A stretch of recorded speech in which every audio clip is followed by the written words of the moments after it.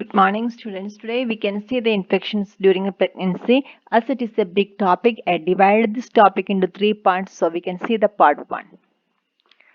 The first one is viral hepatitis. Viral hepatitis is the most commonest cause of jaundice in pregnancy in the tropics. Hepatitis is mostly restricted to ill-nourished mothers living in unhygienic environment. In tropics, it is often occurs as an epidemic form. It is also increased in incidence of its affection in the pregnant state compared to the non-pregnant one. At present, six distinct types of highly contagious hepatitis virus has been identified. Each type has different clinical effect to the pregnant woman and her fetus. Hepatitis A or HIV. Infection is spread by fecal-oral route. Diagnosis is confirmed by detection of IgM antibody to hepatitis A. Disease is usually self-limited and fulminant hepatitis is very rare. Parental transmission is rare. Chronic carrier states do not exist. The virus is not teratogenic. Pregnant women exposed to HIV infection should receive immunoglobulin 0.02 ml per kg within 2 weeks of exposure. She should also have hepatitis A vaccine single dose of 0.06 ml IM. It is safe in the pregnancy. Hepatitis B virus or HBV. It is a global public health problem. The virus is transmitted by parental route, sexual contact, vertical transmission, and rarely through the breast milk. The risk of transmission to the fetus ranges from 10% in first trimester to as high as 90% in the third trimester, and it is especially high from those mothers who are seropositive to hepatitis B surface antigen and E antigen. Neonatal transmission is mainly occurs at or around time of delivery through the mixing of maternal blood and genital secretions. Approximately 25% of carrier neonate will die from cirrhosis or hepatic carcinoma between late childhood to early adulthood. HBV is not teratogenic. Screening. All pregnant women should be screened for HBV infection at the first antenatal visit and should be repeated during the third trimester for high-risk groups like intravenous drug abusers, sexual promiscuity, hemophilics, patients on hemodialysis or having multiple sex partners. Maternal infections. Acute infection is manifested by flu-like illness like malaise, anorexia, nausea and vomiting.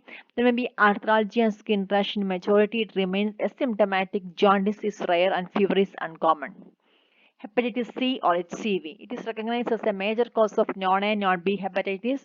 Transmission is mainly by bloodborne and lesser extent by fecal-oral route.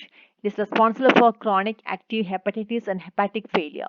Parental transmission is 10 to 40%. High in viral load is high, and the presence of co-infection with HIV and HBV. Detection is by antibody HCV by ELISA, which helps to usually in the late in the infection. Confirmation is done by recombinant immunoblot assay. Chronic carrier state is present, no effective vaccine against HCV is available. Women should be immunized against hepatitis A and B is not, if not immune, breastfeeding is not contraindicated. Hepatitis D. It is seen in patients infected with HBV either as a co-infection or a superinfection. Parental transmission is known, chronic carrier state is seen. Neonatal immunoprophylaxis for HBV is almost effective against HDV. Acute infection with fulminant cause result in high maternal mortality that is 2 to 20% due to hepatic failure. Hepatitis E. It behaves similar to hepatitis A virus infection is observed in Asia, that is Kashmir, and South America. It may lead to fulminant hepatitis. ELISA can detect HEV and specific IgG and IgM antibodies by PCR. Chronic carrier state is present. Parental transmission is uncommon. Maternal mortality following acute infection is high, that is 15 to 20%. Hepatitis G. It is related to hepatitis C virus. It is more prevalent but less virulent than HCV. Co-infection with hepatitis A, B, C, and HIV is common. Chronic carrier state is known, and parental transmission is documented. Prognosis: fulminant hepatitis is common with hepatitis C, less common in hepatitis C, and rare in hepatitis A. Mortality is very high in fulminant type. Management prophylaxis include improvement in sanitation, supply of safe drinking water, and adequate care of personal hygiene are more essential prerequisites. Use of disposable syringe and boiling of syringe prior to the use are positive steps in prevention. Screening of blood donors for HBsAg should be routinely done. Management of HBV during pregnancy. HBV infection can be prevented by vaccination and thus recommended vaccine is safe in the pregnancy. Pregnant woman who is seronegative should have HB immunoglobulin 0.06 ml per kg IM soon following exposure, and second dose should be after 1 month. Then should be given recommend DNA vaccine intramuscularly 1 ml, 3 doses at 0, 1 and 6 months. All infants born to HBsAg positive mothers should have HBIg 0.5 ml IM within 12 hours of birth. Active immunization with HB vaccine 0.5 ml is used IM at a separate site at the same time schedule. It is very effective to protect infant from HBV infection. Breastfeeding is not contraindicated. Similar to HIV, parental transmission of HBV depend upon maternal viral load. Lamivudine and HBIg are effective to reduce the transplacental transmission of HBV to the fetus. Lamivudine is given 150 mg per day from the 34th week onwards. Hepatitis A, positive both passive immunization and active immunization with the killed vaccine, virus vaccine are available for the mother. Healthcare workers should receive hepatitis B vaccine and they should avoid needle stick injury to the blood and blood to blood contact. Treatment, there is no specific treatment, generally supportive. Consultation with the hepatologist is ideal. Rest. Patient should be put into bed rest if necessary by hospitalization. Isolation. Patient should be kept in isolation. Blood samples to be collected with a gloved hand. Disposable syringes should be used. The excreta is to be disposed carefully. Nutrition. Diet rich in carbohydrate and adequate protein is to be prescribed. Initially, glucose, drink, fruit juice may be given. Dietary fat restriction is not necessary. Patients cannot tolerate oral feeding. 10% of glucose may be given intravenously. Drugs to prevent formation of toxic nitrogenous compound from the bacterial flora of the gut. Oral neomycin is helpful. Lactose reduces the colonic ammonia absorption and acts as a non-osmotic laxative. Hepatotoxic drugs should not be used. There should no place for termination of pregnancy. Prevention of complications include hyperkalemia, hypoglycemia, hypercalcemia corrected by regular blood checkup. Hemorrhagic complications are managed by giving blood of fresh frozen plasma. During labor, hepatotoxic drugs should be avoided. To administer vitamin K 5 mg intramuscularly to raise the prothrombin level. Prophylactic oxytocin is to be given. Hepatologist should be involved. Patient may need ICU and management depending upon liver function test. The second infection is tuberculosis in pregnancy. The risk factors include positive family history or past history, low socioeconomic status, area with high prevalence of tuberculosis, HIV infection, alcohol addiction, intravenous drug abuse, diabetes, genoileal bypass, underweight by more than 15%, chronic renal failure. Diagnosis tuberculin test with a purified protein derivative in duration of more than 5 mm and considered as a positive, especially in presence of risk factors. X-ray chest after 12 weeks, early morning sputum, 3 samples for acid-fast bacilli, gastric washes, diagnostic bronchoscopy, extrapulmonary sites like lymph nodes, bones, that is rare in pregnancy. Direct amplification test of 16 ribosomal DNA and gene probe can detect Mycobacterium tuberculosis with greater sensitivity and specificity. Management, medical management, the prevention, women below the 35 years with positive PPD and no evidence of active disease as that is asymptomatic should be treated with isoniazid prophylaxis 300 mg per kg started after the first trimester and continue for 6 to 9 months. Pyridoxine, that is vitamin B6, 50 mg per day is added to the prevent peripheral neuropathy. No major adverse fetal or neonatal effects seen with these two anti-tuberculosis drugs. Treatment, women with active tuberculosis should receive drugs orally daily for a minimum of 9 to 18 months. That is major thoracic surgery should be withheld if possible, but if necessary, it should be restricted to the first half of pregnancy beyond 12 weeks. Obstetric management includes place of therapeutic termination. Tuberculosis is not an indication of termination of pregnancy. Obstetric management is not different from other pregnant women once tuberculosis is well managed. Breastfeeding is not contraindicated when the woman is taking anti-tuberculosis drugs. Breastfeeding should be avoided if the infant also taking drugs to avoid excess drug level. Inactive lesions, however, not only the breastfeeding contraindicated, but the baby is to be isolated from the mother following delivery. Baby should be given prophylactic isoniazid 10 to 20 mg per kg per day for 3 months when the mother is suffering from active disease. However, if the mother is on effective chemotherapy for the rest at least 2 weeks, there is no need to isolate the baby. BCG should be given to the baby as early as possible. Contraception. Pregnancy is to be avoided until quiescence of the assured for about 2 years. Spacing can be achieved by any method acceptable to the couple. Oral contraceptive should be avoided when the rifampicin is used. Due to accelerated drug metabolism, contraceptive failures are high. A barrier method may be used. Pupillary sterilization should be seriously considered if the family is completed. The third one is syphilis in pregnancy. Syphilis is a sexually transmitted disease caused by Treponema pallidum. Incidence is rising due to unspurge of HIV infection and IV drug abuse. Overall frequency of vertical transmission of that means congenital syphilis is high in primary and secondary syphilis. In tertiary syphilis, it is about 10%. The symptoms may be suppressed during pregnancy. Effect on pregnancy include mother. The syphilis accelerates the course of HIV infection in pregnant woman. Baby. The congenital infections result in transplacental migration to spirochete to the fetus. Congenital disease occurs with all stages of maternal infection and at any gestational age. The basic pathology is obliterative endarteritis. There is a perivascular infiltration of lymphocytes and plasma cells within the developing fetus. The placenta becomes bulky from the increased connective tissue. The villi become bulky due to increased cellularity, the vascularity being diminished. Spirochete can hardly found in placenta. However, the baby may be affected without specific changes in the placenta.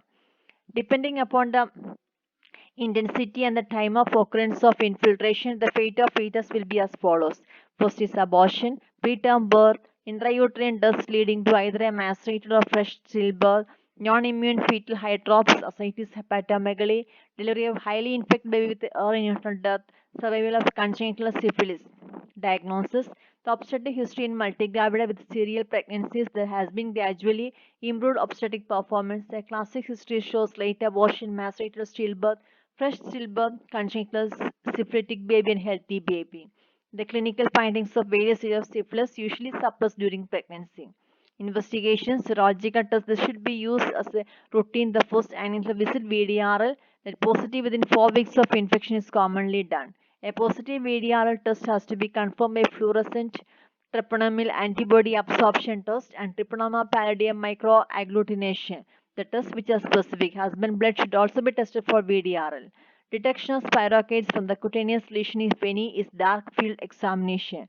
Fetal infection could be diagnosed by polymerase chain reaction of Treponema pallidum in amniotic fluid, fetal serum or spinal fluid. Clinical features of congenital syphilis include early macropapillar rash, rhinitis, hepatosplenomegaly, jaundice, lymphadenopathy, chorioretinitis, and pneumonia. Late Hutchinson's teeth, deafness, saddle nose, Saber-Shins, hydrocephalus, mental retardation, clutter joint, interstitial keratinitis, and optic nerve atrophy. If the baby is stillborn, spirochetes may be detected from the fetal liver or spleen or from the intimal scraping of the umbilical vein. Treatment. The mother treatment should be started as soon as the diagnosis is established. Baby may have chance of protection even if the treatments begin late in pregnancy. For primary or secondary latent syphilis, benzethamine penicillin 2.4 million units intramuscularly as a single dose. When the duration is more than a year, benzethamine penicillin 2.4 million units IM weekly for 3 doses are given. If the patient is allergic to penicillin, oral azithromycin 2 grams as a single dose is given. Tertiary disease, neurosyphilis, aqueous crystalline penicillin G 18 to 24 million units IV daily for 10 to 14 days is given. The treatment is given early in pregnancy. The treatment should be repeated in the late in pregnancy. Irrespective of the serological report, treatment should be repeated in subsequent pregnancies also. Baby. The positive serological reaction without clinical evidence of the disease, the baby is treated with a single intramuscular dose of penicillin G. Infected baby with positive serological reaction isolated with mother, intramuscular administration of aqueous procaine penicillin, and an apparently healthy child of non-syphilitic mother, serological reaction should be tested weekly for first month and then monthly for 6 months. The fourth one is leprosy or Hansen's disease in pregnancy. Latent infection by Mycobacterium leprae may be become overt for the first time during a pregnancy within a few months following delivery. With established leprosy, there is a chance of exacerbation of lesions during pregnancy. Pregnancy may be regarded as a test of cure Failure of signs of disease to reappear during or after the pregnancy indicate that leprosy is definitely arrested. Although Mycobacterium leprae have found in the placenta and cord, congenital infection of the baby is unlikely. However, the baby should be separated from the infected mother immediately after delivery. When the disease becomes quiescent and the non-infectious baby may be given to the mother. Dapsone and chlorpheniramine appears safe in pregnancy. Rifampicin also may be used. IUGR is a common problem. Gonorrhea in pregnancy. The manifestations of disease are same as in non-pregnant state. If the infections take place during pregnancy, it tends to be more acute. Diagnosis to be confirmed by bacteriological identification of intracellular gram-negative diplococci from urethral or cervical smear. Serological test is to be done to exclude concurrent syphilitic infection. Infections increase the risk of preterm labor, premature rupture of membrane, intrapartum and postpartum infection. Disseminated infection include arthritis, meningitis, endocarditis, and pedihepatitis. The baby may be affected during the labor while passing through the infected birth canal, resulting ophthalmic neonatorum. Treatment: single dose of injection of ceftriaxone 125 mg IM of cefixime 400 mg per oral single dose or a single 2-gram IM dose of spendomycin may be effective. Both parents should be treated. Ophthalmic neonatal should be treated with either silver nitrate or tetracycline preparation. Infected neonate is treated with single dose of ceftriaxone 50 mg per kg IM. Chlamydial infections. Chlamydial infections become common in sexually transmitted pathogen. The organisms are found in urethra, endocervix, and rectum. The adverse effects in pregnancy are preterm labor, premature rupture of membrane, chorioamnionitis, and stillbirth, and perihepatitis. Puerperal endometritis or acute salpingo-oophorytis may develop. Neonates may develop conjunctivitis and pneumonia. Confirmation is done by tissue culture methods, which is expensive and time consuming.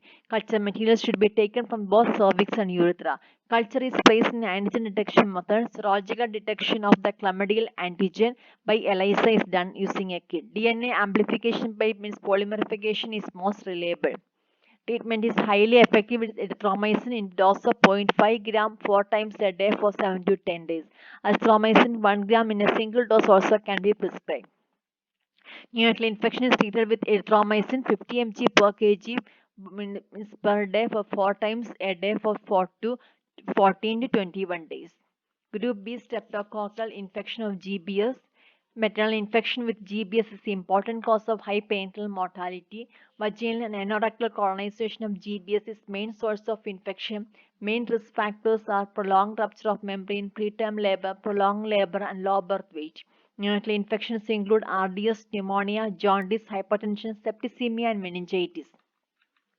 Maternal complications include endometritis, UTI, PROM, and preterm labor and wound infection. Diagnosis is made by culture of specimens obtained by vagina, perineum using a cotton swab. Currently, universal culture for all patients is recommended to prevention of GBS infection. Thank you.